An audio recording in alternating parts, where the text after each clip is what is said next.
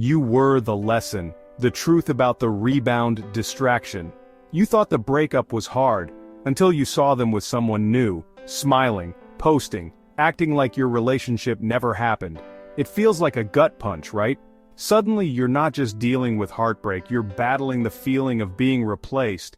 But here's the truth, that new relationship, it's not always what it seems. This video isn't about blame, it's about clarity. Because maybe you weren't the one who got left behind. Maybe a rebound relationship is what happens when someone jumps into something new fast right after a breakup. It's not usually about love, it's about escape. They're hurting, and instead of healing, they find someone else to fill the gap. It feels intense, passionate, even addictive, but it's often built on emotional quicksand. Rebounds can look real from the outside, but deep down, they're more of a distraction than a connection. So why do people leap into new relationships so quickly after a breakup? It's not always about love, more often it's about relief. After a breakup, the silence is deafening. The empty bed, the lack of texts, the space once filled with affection now feels like a void, and that void, it's scary. So people rush to fill it. Some do it to escape loneliness, because being alone forces them to sit with the pain they don't want to feel. Others crave validation. Breakups can crush self-worth, and a new relationship becomes a quick way to feel wanted again. I'm still attractive, I'm still lovable. That's the story they're trying to write with someone new. There's also the desire to avoid reflection. Real healing takes work. Painful, messy work. But a rebound? It's fast, fun, and distracting. It numbs the pain without requiring growth. And sometimes, let's be honest, it's about proving something. To their ex. To themselves. To the world. Look how fast I moved on. Look how happy I am. But behind those Instagram smiles is often someone running, not moving forward, just trying not to look back. So when you see your ex with someone new, remember, it might look like they've moved on, but in many cases, they're just trying really hard not to fall apart. Rebounds aren't just emotional decisions, they're deeply psychological. They often start in the subconscious, where the brain is scrambling for safety after loss. One of the biggest factors? Attachment style. People with anxious attachment fear abandonment. For them, a breakup doesn't just hurt, it feels like a crisis, so they don't sit with that fear. They run straight into the arms of someone else, hoping a new connection will silence the panic. But it's not just about fear of being alone, it's also about emotional regulation. When you're heartbroken, your brain craves dopamine, the feel-good chemical. And what releases dopamine quickly? New love, flirting, sex, attention. That rush is addictive, and it distracts from the real grief underneath. Then there's ego protection. Breakup can damage your identity. Why wasn't I enough? Was I that easy to forget? Jumping into something new can act like a bandage, proof that you're still wanted, still desirable, still in control. For some people, especially those with narcissistic tendencies, a rebound isn't just about comfort, it's about winning.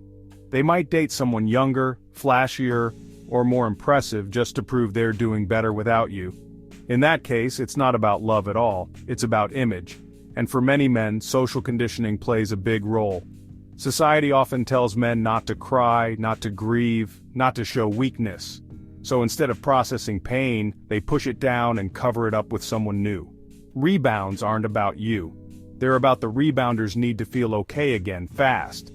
But as we'll see, when the distraction fades, the truth always finds its way back in. Not all rebounds are created equal, and gender plays a bigger role than most people realize. Research shows that men are more likely to rebound quickly after a breakup. And while that might seem surprising, there's a reason. Men often rely heavily on their romantic partner for emotional support. When that relationship ends, they lose their primary outlet. No late-night venting, no soft place to land, just silence. So many men turn to a new partner not always because they're over their ex, but because they don't know how to sit in grief without falling apart. And let's not forget social pressure. From a young age, men are taught to move on, man up, and never show vulnerability. So a new relationship becomes their socially acceptable way to cope. Women, on the other hand, tend to have stronger emotional support networks, friends, family, therapy. They're more likely to talk it out, cry it out, and actually process what happened. That's why women might wait longer before dating again but often come back stronger. But gender isn't the only factor. Personality traits matter too. People with narcissistic tendencies are prime candidates for rebounds. They hate feeling rejected or unseen, so they chase the next source of admiration fast. It's not about the new person, it's about keeping their ego intact. Then there are those who are avoidant.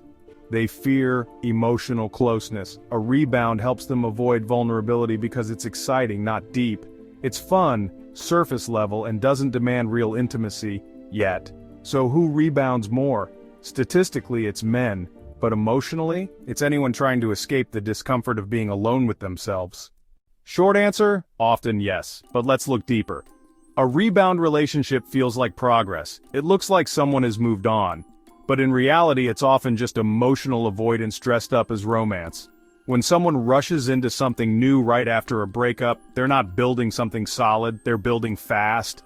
And fast doesn't equal strong. Rebounds usually start during the crisis phase when emotions are raw and unstable, so the new relationship becomes a distraction from grief, from guilt, from the inner work that healing requires. It's not about the new person's qualities, it's about what they represent: comfort, validation, noise to drown out the silence. Sure, it feels good in the beginning. The honeymoon phase kicks in fast, full of affection, attention, and passion. But underneath, unprocessed emotions are festering. Eventually, reality catches up, and the cracks begin to show. Arguments start, doubts creep in. The rebounder may realize, this isn't real love, this was just my escape route.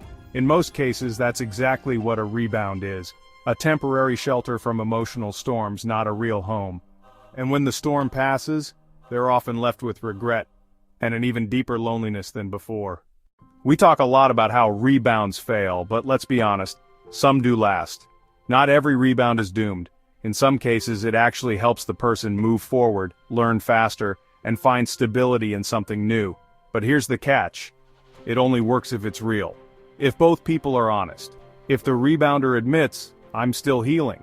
And the new partner isn't just a distraction but a teammate in that healing. Studies have shown that some people who enter new relationships quickly after a breakup actually report higher self-esteem and better emotional recovery. Why? Because the new connection offered support and perspective, not just escape. Still, that's the exception, not the rule. Most rebounds are born in confusion, not clarity. They're built during emotional chaos, not calm. And when the high wears off, and it always does, the relationship often crumbles under the weight of unresolved baggage. So, yes, rebounds can work, but only when people enter them with intention, not avoidance. Because love that's born from pain needs more than chemistry to survive. It needs truth, patience, and a whole lot of healing on both sides. So how can you tell if it's a rebound and not the real deal? Let's break down the most common red flags, and once you see them, they're honestly hard to ignore. First, it starts almost instantly. 1 minute the breakup just happened, and the next, they're in a full-blown relationship. No time for healing, no time alone. That speed? It's not romance, it's panic. Next, it moves way too fast. They're already posting couple photos, using pet names, maybe even talking about moving in. But it's not because they're soulmates. It's because the faster they build, the less time they have to feel.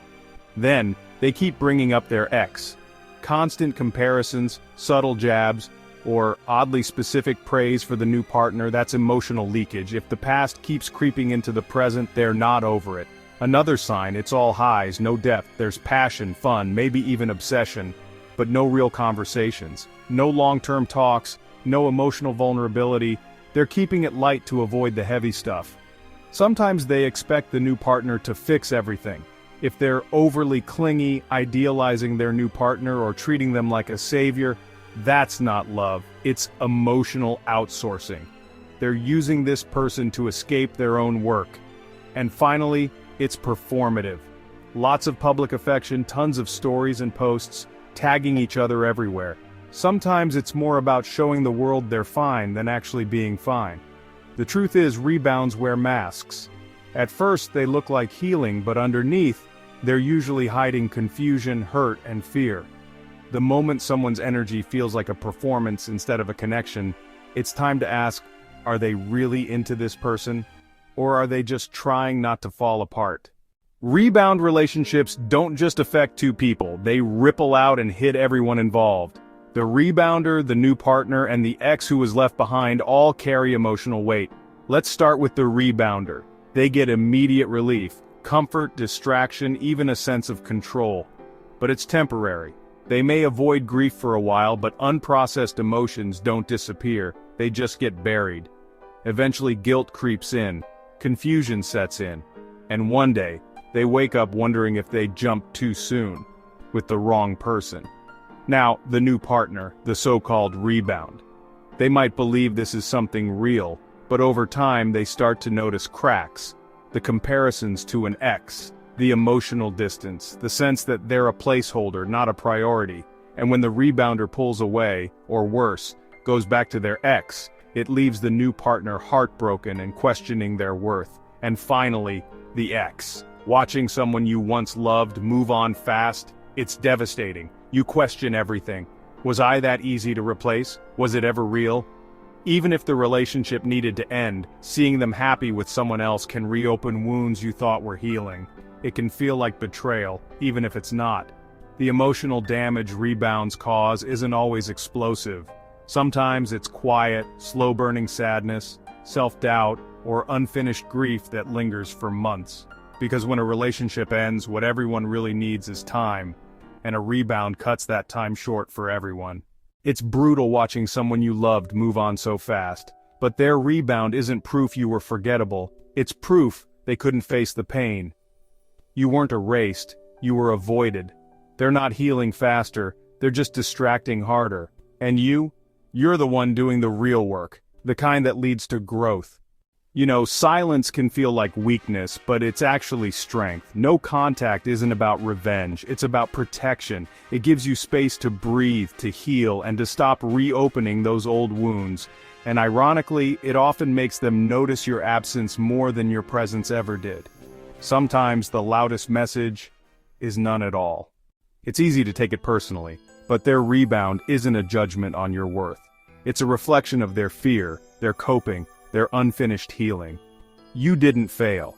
They just weren't ready to face the loss. Their new relationship doesn't erase what you had. It only delays their reckoning with it. This is where your story shifts from heartbreak to healing. You might not have chosen the breakup. You definitely didn't choose their rebound. But what you do get to choose is what happens next. And it starts with reclaiming yourself. That version of you, the one who loved deeply, gave generously, believed in the relationship, that person is still there. But now, they're wiser. Now, they know what they won't settle for. Start small. Go for walks without checking your phone. Revisit old hobbies, not old memories. Get back to the version of you that existed before the relationship and start building on that. Healing isn't passive. It's not about waiting for time to pass. It's about showing up for yourself daily, choosing to focus on your growth instead of their Instagram feed, choosing reflection over reaction, choosing peace over proof. Because every time you resist the urge to stalk, to text, to spiral, you get stronger. And that strength, it builds, slowly, quietly, powerfully, until one day, without even realizing it, you're no longer looking back. You're not wondering what they're doing or who they're with. You're not waiting to be chosen, because you've already chosen yourself. Let's be real. This question lingers in your mind more than you want to admit. What if they come back? What if they don't? If they do come back, it might feel like validation, like proof that you mattered, that the rebound was just a detour. And yes, maybe it means they finally saw your worth. But here's the thing, coming back isn't the goal. The real goal is being healed and whole whether they return or not. Because if they come back and you're still broken, still waiting, still hurting, you're not choosing, you're clinging. But if they come back and you've done the work, you'll meet them with clarity, not desperation. You'll ask, is this actually right for me? Not, how do I get them to stay? And what if they don't come back? That's okay too. It doesn't mean you lost. It means your story isn't stuck in reverse. It means you're being redirected towards someone or something better aligned with your growth. Waiting for someone to return can put your entire life on hold. But moving forward, regardless of what they do, that's power. That's healing. That's freedom. So if they come back, great, you get to decide. If they don't, it is even better, you already did. Rebounds come and go. But lessons, they linger. You weren't just a chapter, they'll carry what you gave, what you showed, what you meant.